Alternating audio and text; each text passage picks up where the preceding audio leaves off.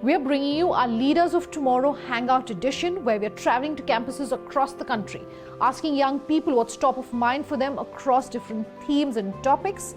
Today we are in Kolkata to talk about mental health and wellness. What does it mean for India's young people? Are enough people understanding what it means? Are they reaching out? Are they comfortable reaching out? Especially as all of them are just poised to enter the world of entrepreneurship and also the corporate world. We are here at the Sister Nivedita University in Kolkata, speaking with students and interacting with experts from different fields. Let me in fact at this point introduce them.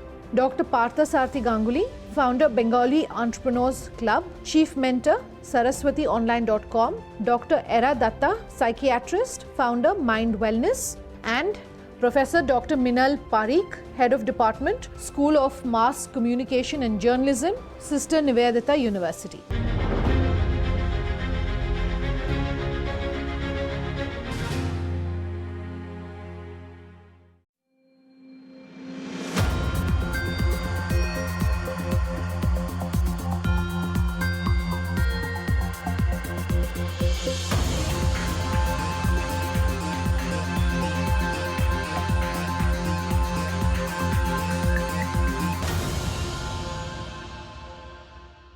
Professor Meena, Dr. Partha, Dr. Era, so good having you here and so good having all the students who are joining us here at the Sister Nivedita University here in Kolkata. Talking all things mental health, mental awareness, why it's important, and great to have the three of you, of course, representing, bringing in the expert angle, bringing in the doctor angle, the mental health angle, talking about what entrepreneurs today are discussing, talking about what young people today have to say about mental health. And of course, I understand there are a lot of questions here in the audience. So we are going to open it up for all of you. Ask your questions, whatever's top of mind. And our experts, I'm sure, will answer you to the best of their ability. But first of all, thank you once again to the three of you for joining us.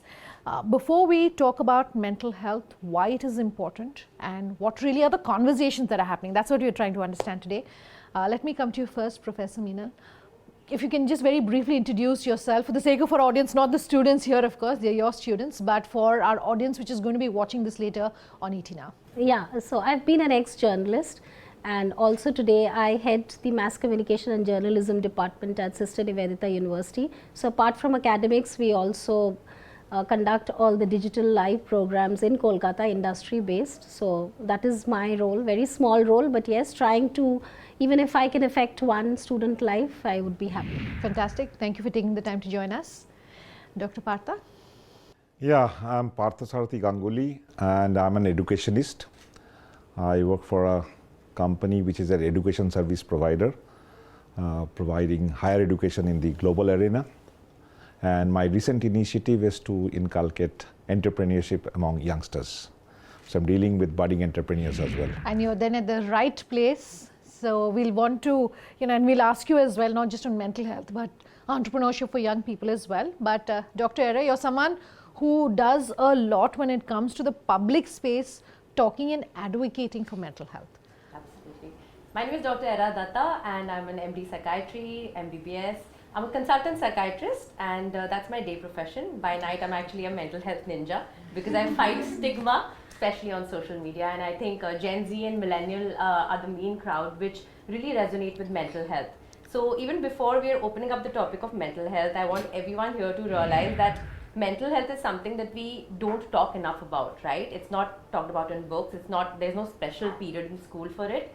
So we're going to change that and we're going to talk about mental health. Fantastic. And even before we go any further, actually, and we were discussing this offline, till very recently, until I had to do my own research to understand what's the difference between a psychologist, a difference between a psychiatrist, a counselor. I don't know. Do all of you know the difference? Do you know the meaning? Do you know how it works? Okay, I see a lot of heads nodding no. And I'm sure a lot of people have these doubts and questions. What are the differences? Tell us about that. So even before that, everybody close your eyes. And now pick up one finger and tell me, when you go to an ENT, that is ear, nose, throat doctor, what part of your body do you show? So, point. Okay, when you go to an orthopedic, that's the bone doctor, what part do you show? Now when you go to an eye specialist, what do you show? Now when you go to a mind specialist, what do you show? Where is your mind? That's your brain. Thoughts. How do you show your thoughts? Right? So the biggest thing is, mental health expert is an umbrella term for many, many specialists. Psychiatrists are medical doctor. So we go to MBBS and 5.5 years of that. Then we get into MD, just like your dentist or your orthopedic or your surgeon, gynecologist, the doctors I was describing. They go to medical school for their MD. We do too. And we can prescribe, we can diagnose, and we can do therapy, all three. Next section is psychologists, people who go to masters for psychology. So they could do BSc or they could do BA and then MA, MSc. Some do PhD, MPhil. Now they are the psychologists. In that also there's clinical and there's counseling psychologists. And the term therapist is a loose umbrella term that we use because there are many kinds of therapies. But mental health professionals help with all kinds of mental health issues. So that's my way of explaining in a nutshell. Fantastic, fantastic. Professor, you've been on this side, if I can, on the other side, if I can call it that, working so closely with young students for how many years now? More than a decade. More than a decade. Do these conversations around mental health, are they happening organically? More and more are students and young people are open to having these conversations and actively seeking help if they need it? I think now they have started to open up. Otherwise, it was always a stigma. And when they come to university, I'm just talking at university level, because when they come from school to college, they were into a very protected environment. So when they come to university, it's like protected, but we expect them to be mature, but they're not that mature. And they make new friends, and we think that very trivial issues that happens with them, we think it's trivial, but it's not trivial. For them, it's like very serious, not being able to make friends, not being able to express, not being able to gel, not being able to talk properly. The communicative English is weak. That itself can, pose a lot of problem with them. Before it was a stigma, and as talking specifically of West Bengal, kids are grown in a very protective environment. So when that protection goes off, it becomes difficult. So which is also happening at a time when they're entering college, university. So that itself is a big change. But I think that since even at academics, we are talking about it. So they are getting comfortable now that they are talking with us. They are sharing very trivial issues because they thought that this is very trivial issue. Why should we share with our professors? But now they've started to come up. Even parents are very supportive now. They do take care that if the kid is being bullied, if the child is being bullied, they do share with us, and then and we have a clinical psychologist who does talk one-to-one to these students. So they've started to open up, but yes, it's still a taboo. It is. That's very important, having someone who's available for these sessions, and we were talking about that. Dr. Partha, I will ask you one question and then we'll start taking questions from our students. So since we're talking about whether more and more people are getting comfortable really talking about mental health issues and just mental health, since you work so closely with the entrepreneurship side really of what is happening here in West Bengal and in Kolkata, do you feel that there is enough importance paid to mental health as far as entrepreneurs are concerned? Still the ecosystem is not so structured here for entrepreneurs. When they go to work for a company or when they are in the university, they are in a structured platform. But being an entrepreneur, you're out on the open sea. And because largely the population is middle class in India, failures in the economic front is not very well accepted. It becomes a personal problem, as if he has done a crime of failing in a business. So these kind of agonies and worries are very much there for the entrepreneurs. I think these need to be addressed. We have recently formed a club to support the entrepreneurs with this, fighting this mindset, and also be a support ecosystem for them. Just handling this, yes, we are there. We are there to hear you. Like parents, supportive parents, what they do? They do not provide solution every time, but they hear the children out and be with them. So we have formed this Bengali Entrepreneurs Club only to be with the entrepreneurs. And I think this is very much required because many young people are very much keen to do business. They have understood that, everybody wants to be wealthy and rich. And there's only one way to be rich honestly is business.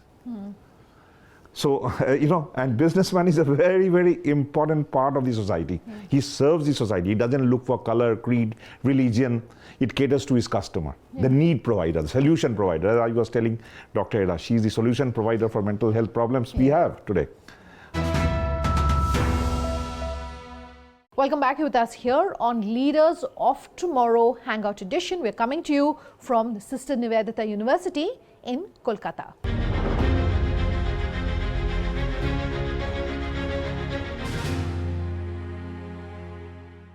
I think we have some questions coming in. Do you want to introduce yourself, ask your question? Go ahead. My name is Fawzia Naz and I'm from PG batch, from Mass Communication Journalism Department. So my question is, we feel sometimes like it's not a good way, we feel bad. But how do we know that we feel bad or it's a mental illness? Mental health isn't good or bad. It's so many rainbow colors. So it's not black and white. When we say I'm feeling so bad, I'm feeling so good, what about in between? We're ignoring the in-betweens, right? There's so many neutral spaces. So speaking of good or bad, if you want to take in that context, typically if you're working well, if you're chit-chatting with your friends, if you're enjoying, if you're eating well, sleeping well, you're saying, oh, everything is going well in my life, right? I refrain from saying good and bad categorically because that's what we do, right? Now, if you are feeling down and about for many days at a stretch, not just one day because my friend didn't speak to me, but for many days at a stretch. It doesn't have to be 24/7, of course. If your sleep and appetite is getting affected, that's a major one. Sleep and appetite is the hallmark of everybody's good health, right? If you're finding yourself more irritable than usual, so typically, yeah, we snap sometimes, but a lot more. If you're finding extremely negativistic thoughts like, I don't want to live on, and I want to say the trigger warning word here that, sometimes we feel suicidal and sometimes we want to act on it. These are clear hallmarks of mental health getting worse and needing help. Even anxiety for that matter. What I just described was depression, broadly. Yes. We use the term so loosely, oh, my favorite team lost, I'm so depressed. No, you're sad, and which is okay. You have every right to be sad. Oh, I got like 10 marks lesser than what I should have and I'm depressed. No, you're not depressed, you're sad, right? So let's identify emotions better. That's step number one. And number two, if you're feeling very different than how you usually feel for a long time, please seek help. More questions coming in. Yeah, you have the mic. Go ahead. Thank you, Itina, for such a wonderful discussion. This is Akash from Mass Communication Department, PG batch. So my question is, in this era of social media, how today's youth can counter the negative psychological impacts of that? So we are suffering for a lot of that. So how can we counter that? That's my question. It's open to anyone can answer. Make sure you create more than you consume, which is very important. We're scrolling endlessly. I've seen like 1,000 YouTube recipes for how to make biryani, ek bhi nahi banaya. So the idea is make it, right? And if you're on social media consuming others' media, you're actually just trying to compare yourself and emulate what they're doing. Create something of your own. People don't like it, doesn't matter. You are creating. So that's one great way to reduce the comparison, reduce the negativity around social media and all of that. Do you want to add to that, Professor? Yeah, I would say that, since this is a mass communication department, so, it's important for them, to create content. So there the challenge comes, I see daily, that they follow each other's Instagram profile, how many likes they have, how many followers they have. I am not good at that, that person can do, but I cannot do. So yeah, not only, on personal front, I think professional front also, it hits them that, maybe they are not that savvy. Everybody does not come from a proper city. West Bengal has district areas also where students, probably this is the first time they're using a smartphone. So, the pressure is always there that, see, we are going digital, so you have to go digital all the time. So I think there, we have to be a little considerate and, give them that much of space and time to learn and grow with time, and not to forget that if you can write well, that is also a strength. So just don't get swayed away by that, everybody's on social media. So those who write or those who can talk or those who are good speakers, they also have a lot of space to expose themselves there. And I really like your principle that be content creators more than people who are just consuming it. Hopefully that works for all of you. Any other questions? Anyone else? Yeah. My name is Riya Shah and I am from PG batch 2. It's open question for all. even after spreading so much awareness, mental awareness regarding mental health, and over 9 crore Indians suffering from mental health problems, still mental health isn't considered as important as physical health. Even though we know that mental health also affects physical health at the end of the day, still it isn't given that much importance. So how can we deal with that, and how can this thing change, and how and when will people actually start considering mental health as equal to physical health? Mental health is a situation which is probably aggravated or caused by your ecosystem or your surroundings or the situation you are in. For this mental trauma also, there are some natural solutions in our system. We have a good friend, we have a mother, we have a father, we have an elder sister, or we have somebody next door who is very close to me. I go and speak, so it gets. So that's why that physical solution providing is not to that extent, because the problem lies in our system and the solution lies in our system also. But if it is aggravated, like it is serious, then you need domiciliary hospitalization is not enough. Then you go to a hospital, something like that, you go to a clinic and get yourself checked up. So that is coming up. So that ecosystem is also developing more and more. These what we call is the psychologists, practicing psychologists or psychotherapists and counselors, they are coming up. I think Madam can add further. I'd really beg to differ. We have very few mental health professionals for the amount of population that we are. When I started off, we were actually 2 for so many X lakh, and now it's coming up, of course. We as a psychiatrist body have been growing over the years as well, which people would not want to take psychiatry back in the day. So my answer in a way would be the change that you want to see. Now, if your friend wants to go to a mental health professional, don't dissuade them. Don't say, मुझसे बात कर ले यार, forget about it. Get over that breakup, right? Don't be that friend. If you know someone who's taking medication, don't frown upon it. Don't say, oh my God, that person's taking medicine. How is that possible? If somebody dies by suicide, you're the journalists of the future, you're the mass comm students. Address it with a lot of dignity. If somebody suffered a big trauma, learn to hide the names properly. These are the changes that you all can bring about, right? Be on social media and not only just share about, just reposting a post or a tweet. Just advocate good content as well. Or, talk to people and understand that what do other people go around having. Empathy is a very important skill for our future, right? So there's a lot of change we can do. I think for starters, what we're doing today is also a change, and this makes a dent in the entire system. I'll just add, because most the students spend their life, outside their home with their teachers, with their professors, with their friends. I think we just need to break this taboo and be open to listen. That is very important. People don't want to listen to them, and they just shove them away. Sure. Absolutely. I just have a follow-up question for you, Dr. Partha. And as someone who's an entrepreneur and is so well connected here in West Bengal and in Kolkata, do you feel that there's enough now? Yes, there's attention by the central government as far as mental health is concerned, but do you feel there's enough done at an institutional level for businesses and for entrepreneurs? No. What more would you like to see? First of all, there should be societies and clubs and communities of entrepreneurs at various level, various geographic level, trade vertical level, so that they can intermingle with them. And peers are a very big solution for these kind of initial troubles. Ability to share with somebody without any fear or without any favor my problem, and somebody listens a lot, because the answer to a question lies in the question itself. We have to read it many times, and in this case we have to share with somebody repetitively. So if we can do that, our problem gets resolved to a large extent. And then of course we have the professionals to help us, whether with some kind of psychological, what is called that verbal sessions that you do as a counseling, or you administer, medicine. Sure. So that help is always there. But I think more community should be developed, particularly among the entrepreneurs. They are left absolutely at their own, the mercy of the world, nobody to protect them, particularly the youngsters, and particularly when they come from a middle class background where everybody is working somewhere. Say everybody is in government job, so you are in the private sector, you are doing business, you are a black sheep of the family. These kind of mental is still there. So if these can be removed, and this can be only removed by